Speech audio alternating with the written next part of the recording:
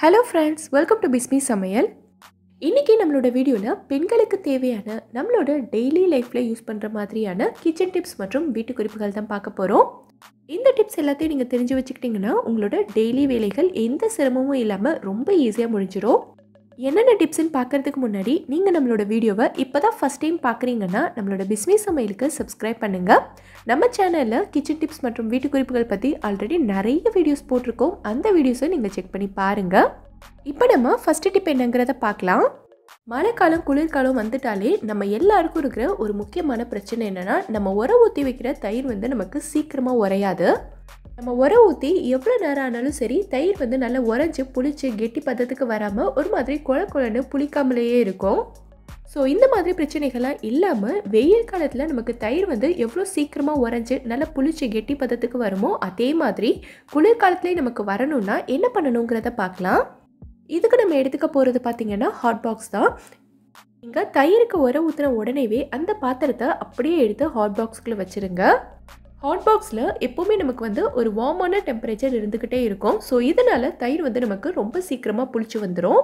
ஒருவேளை நீங்கள் பெரிய பாத்திரத்தில் தயிர் ஊற்றி வைக்கிறீங்க, அதை ஹாட் பாக்ஸ்குள்ளே வைக்க முடியலை அப்படின்னா உங்கள் வீட்டில் அவன் இருந்ததுன்னா அந்த அவனுக்குள்ளே நீங்கள் வச்சிடலாம். அவனுக்குள்ளே வச்சாலும் நமக்கு தயிர் சீக்கிரமாக புளிச்சிடும். இட்லி மாவு தோசை மாவு புளிக்க வைக்கிறதுக்கும் கூட நீங்கள் இதே மாதிரி ஃபாலோ பண்ணிக்கலாம். சின்ன பாத்திரமாக இருந்ததுன்னா ஹாட் பாக்ஸில் வச்சு புளிக்க வச்சுக்கோங்க. பெரிய பாத்திரமாக இருந்ததுன்னா அவனுக்குள்ளே வச்சுருங்க. மாவு உங்களுக்கு ரொம்ப சீக்கிரமாக புளிச்சு வந்துடும். இப்போ நம்ம அடுத்த டிப் என்னங்கிறத பார்க்கலாம். இந்த டிப் நம்ம வீடியோவோட கமெண்ட்டில் நிறைய சப்ஸ்கிரைபர் சிஸ்டர்ஸ் கேட்டிருந்தாங்க. என்னென்னா இந்த மழை காலத்தில் நம்ம வீட்டில் பார்த்திங்கன்னா நிறைய குட்டி குட்டி கொசு ஈயெல்லாம் வர ஆரம்பிக்கும். கிச்சனில் பார்த்திங்கன்னா நம்ம நிறைய பழங்கள் வச்சுருப்போம், காய்கறிகள் வச்சுருப்போம். காய்கறிகள் கட் பண்ணுவோம், சிங்க் ஏரியா இருக்கும், அங்கே தண்ணி புழங்குவோம். ஸோ இந்த மாதிரி ஏரியா எல்லாத்துலேயுமே குட்டி குட்டி கொசு ஈயெல்லாம் நிறைய வர ஆரம்பிக்கும். ஸோ இந்த மாதிரி வராமல் இருக்கிறதுக்கு என்ன பண்ணணுங்கிறத தான் நான் சொல்ல போகிறேன். உங்கள் வீட்டில் இருக்க ஏதாவது ஒரு காலியான பாட்டில் எடுத்துக்கோங்க. பாட்டிலோட வாய்ப்பகுதி நல்லா குறுகலாக இருக்கணும். நம்ம செய்ய போகிற மெத்தடுக்கு இந்த மாதிரி சாஸ் பாட்டில் ரொம்ப கரெக்டாக இருக்கும். இந்த பாட்டிலில் நான் கொஞ்சமாக ஆப்பிள் சிடர் வினிகர் சேர்த்துக்கிறேன். இந்த ஆப்பிள் சிடர் வினிகர் இல்லைன்னா என்ன பண்ணணுங்கிறதையும் நான் உங்களுக்கு சொல்கிறேன். இப்போ இதோட நம்ம கொஞ்சமாக தண்ணி சேர்த்துக்கலாம். இப்போ ஒரு சாதாரண பேப்பர் எடுத்து நல்லா கோன் மாதிரி சுற்றிட்டு இந்த இடத்துல பிரியாமல் இருக்கிறதுக்காக செல்லோ டேப் போட்டிருக்கேன். இப்போ இந்த முனையை நம்ம லைட்டாக கட் பண்ணி விட்டுக்கலாம். ரொம்ப கட் பண்ணிடக்கூடாது, இந்த அளவுக்கு கட் பண்ணாலே போதும். இப்போ இந்த கோனை நம்ம பாட்டில் மேலே வச்சிடலாம். இந்த பேப்பர் நம்ம கலந்து வச்சிருக்க வினிகரை தொடக்கூடாது. வினிகருக்கு மேலே இருக்கிற மாதிரி பார்த்துக்கோங்க. இப்போ இதை எடுத்துகிட்டு போய் உங்கள் வீட்டில் எந்த இடத்துல குட்டி குட்டி ஈயால் அதிகமான தொந்தரவு இருக்கோ அந்த இடத்துல வச்சுருங்க. இந்த ஆப்பிள் சிடர் வினிகரோட ஸ்மெல்லுக்கு ஈ எல்லாமே நல்லா ஈர்க்கப்படும். இந்த பேப்பர் வழியாக உள்ளே வர ஈ ஒரு தடவை உள்ளே வந்துருச்சுன்னா திருப்பி வெளியில் போகவே முடியாது. அதுக்காக தான் நான் பேப்பர் குட்டியாக கட் பண்ணுங்கன்னு சொல்லியிருந்தேன். சப்போஸ் உங்ககிட்ட இந்த வினிகர் இல்லைன்னா இந்த பாட்டிலில் நீங்கள் கொஞ்சமாக தண்ணி சேர்த்துட்டு இது கூடவே 1 டீஸ்பூன் அளவுக்கு சுகர் சேர்த்து நல்லா கலந்து விட்டுருங்க.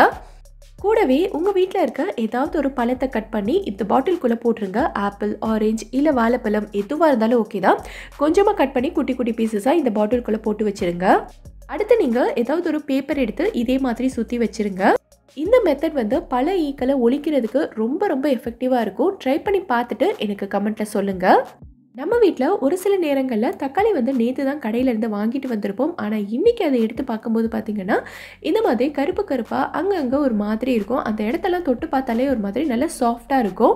இந்த தக்காளியை நம்ம அப்படியே விட்டோன்னா நமக்கு டக்குன்னு அழுகி போயிடும்.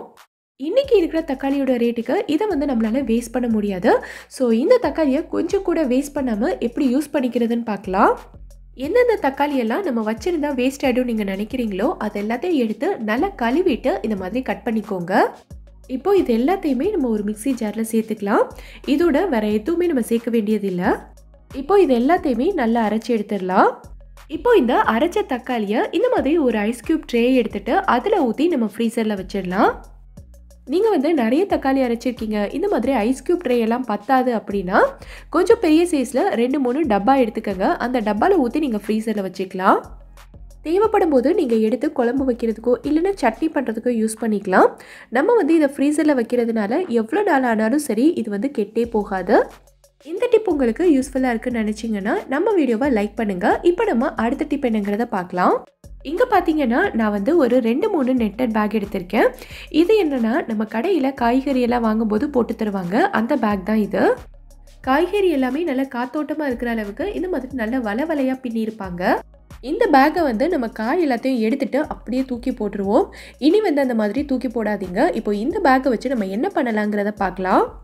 இங்கே பார்த்தீங்கன்னா நான் ஒரு சோப் தான் எடுத்திருக்கேன். இந்த சோப்பை நம்ம பேக்குக்குள்ளே வச்சு நல்லா சுற்றிக்கலாம். ஒரு பேக்கில் மட்டும் நம்ம சுற்றணுன்னா அந்த அளவுக்கு நல்லா இருக்காது, ரொம்ப மெல்லிஸாக இருக்கிற மாதிரி இருக்கும். ஸோ நான் வந்து 3 பேக்குக்குள்ளேயுமே ஒன்றுக்குள்ளே ஒன்று வச்சு ஃபுல்லாக சுற்றிக்கிறேன். கடைசியில் இந்த மாதிரி நல்லா டைட்டாக ஒரு முடிச்சு போட்டுட்டு மீதி இருக்கிறத ஒரு ரப்பர் பேண்ட் வச்சு கட்டிக்கலாம். நம்ம 2-3 முடிச்சு போட்டாலுமே ஈஸியாக கலண்டு வந்துடும். ஸோ இந்த மாதிரி ரப்பர் பேண்ட் வச்சு நல்லா கட்டிட்டு உள்ளே தள்ளிடுங்க. இப்போ பார்த்தீங்கன்னா நல்ல ஒரு ஸ்க்ரப்பரோட சேர்ந்த சோப் வந்து நமக்கு ரெடி ஆயிடுச்சு. இப்போது இந்த சோப்பு வந்து நம்ம ஹேண்ட் வாஷ் பண்ணுறதுக்கு யூஸ் பண்ணிக்கலாம். இதை வந்து நீங்கள் குளிக்கிறதுக்கு யூஸ் பண்ண முடியாது, ஏன்னா இந்த மெட்டீரியல் வந்து கொஞ்சம் ஹார்டாக இருக்கிறதுனால இதை வச்சு தேய்ச்சி குளிச்சோன்னா நமக்கு ஸ்க்ராச்சஸ் விழுந்துடும். ஸோ வந்து நம்ம ஹேண்ட் வாஷ் பண்ணுறதுக்கு யூஸ் பண்ணிக்கலாம். இதே இதில் நீங்கள் வந்து துணி துவைக்கிற சோப் வச்சு சுற்றிட்டிங்கன்னா நமக்கு ஒரு சூப்பரான சோப்போடு சேர்ந்த ப்ரஷ் கிடச்சிரும். இதை வச்சு நம்ம குழந்தைங்க துணி எல்லாத்தையும் துவைச்சிக்கலாம், ரொம்ப சூப்பராக இருக்கும். நமக்கு சோப்பும் அந்தளவுக்கு சீக்கிரமாக கரையாது, ரொம்ப நாளைக்கு வச்சு யூஸ் பண்ணிக்கலாம். ரொம்ப யூஸ்ஃபுல்லாக இருக்கும்னு நினைக்கிறேன், ட்ரை பண்ணி பாருங்கள். நம்ம வீட்டில் பெட்ஷீட் எல்லாம் பார்த்தீங்கன்னா நம்ம எத்தனை தடவை விரித்து வச்சாலும் சரி மறுபடியும் கலைஞ்சிக்கிட்டே இருக்கும். அதுவும் இந்த முனையிலலாம் பார்த்தீங்கன்னா ஃபுல்லாக எடுத்துக்கிட்டு வந்துடும். ஒவ்வொரு தடவையும் நம்ம உள்ளே தள்ளி வைக்கணும். பெட் வந்து கொஞ்சம் சென்டராக இருந்துச்சுன்னா பரவாயில்ல, கஷ்டமாக இருந்தாலும் நம்ம வந்து அடிக்கடி பண்ணிடுவோம். ஆனால் பெட் வந்து நல்லா செவத்தொட்டி இருந்ததுன்னா ஒவ்வொரு தடவையும் நமக்கு வந்து இழுத்துட்டு உள்ளே தள்ள முடியாது. ஸோ இந்த மாதிரி பிரச்சனைலாம் இல்லாமல் நம்ம ஒரு தடவை விரித்தாலே போதும், எவ்வளோ நாள் ஆனாலும் பெட் வந்து கலையவே கலையாது அப்படிங்கிற அளவுக்கு ஒரு சூப்பரான மெத்தட் தான் நம்ம இன்றைக்கி பார்க்க போகிறோம். பெட்ஷீட்டை நீங்கள் எப்பவும் போல் நல்லா விரித்து விட்டுருங்க. விரிச்சிட்டு இந்த மொன பகுதியில் நீங்கள் பெட்டை லைட்டாக தூக்கிட்டு பெட்ஷீட்டை மட்டும் இந்த மாதிரி நல்லா சேர்த்து பிடிச்சிருங்க. இப்போ இதை வந்து இந்த மாதிரி ஒரு ரப்பர் பேண்ட் வச்சு நல்லா டைட்டாக கட்டிடுங்க. இந்த மாதிரி ரப்பர் பேண்ட் வச்சு கட்டுறதுக்கு பதிலாக இந்த பெட்ஷீட்டை பிடிச்சி நீங்கள் நல்லா முடிச்சு போட்டுடலாம். ஆனால் இந்த முடிச்சு போடுறதுல என்ன பிரச்சனைன்னு பார்த்தீங்கன்னா கொஞ்சம் நாளைக்கு அப்புறமா இந்த பெட்ஷீட்டை எடுத்துட்டு நீங்கள் கலட்டும் போது முடிச்சு வந்து கலட்ட வராது. முடிச்சு வந்து நல்லா இறுகி போயிடும், கலட்டுறதுக்கே நமக்கு ரொம்ப கஷ்டமாக இருக்கும். ஸோ இந்த மாதிரி ஒரு ரப்பர் பேண்ட் போட்டு நல்லா கட்டிட்டு மீதி இருக்கிறத ஃபுல்லாக உள்ளே தள்ளி விட்டுருங்க. இதே மாதிரி நீங்கள் 4 பக்கத்துலையும் பண்ணிட்டீங்கன்னா அடுத்து வந்து எவ்வளோ நாளானாலும் சரி இந்த பெட்ஷீட் வந்து உங்களுக்கு கலையவே கலையாது. எப்போவுமே இதே மாதிரி நல்ல நீட்டாகவே இருக்கும். இப்போ நம்ம அடுத்த டிப் என்னங்கிறத பார்க்கலாம். நம்ம எல்லார்கிட்டையுமே இதே மாதிரி நிறைய பட்டுப்புடவைகள் இருக்கும். இந்த பட்டுப்புடவை எல்லாத்தையும் நம்ம வந்து அடிக்கடி எடுத்து கட்ட மாட்டோம், எப்பயாவது தான் எடுத்து யூஸ் பண்ணுவோம்.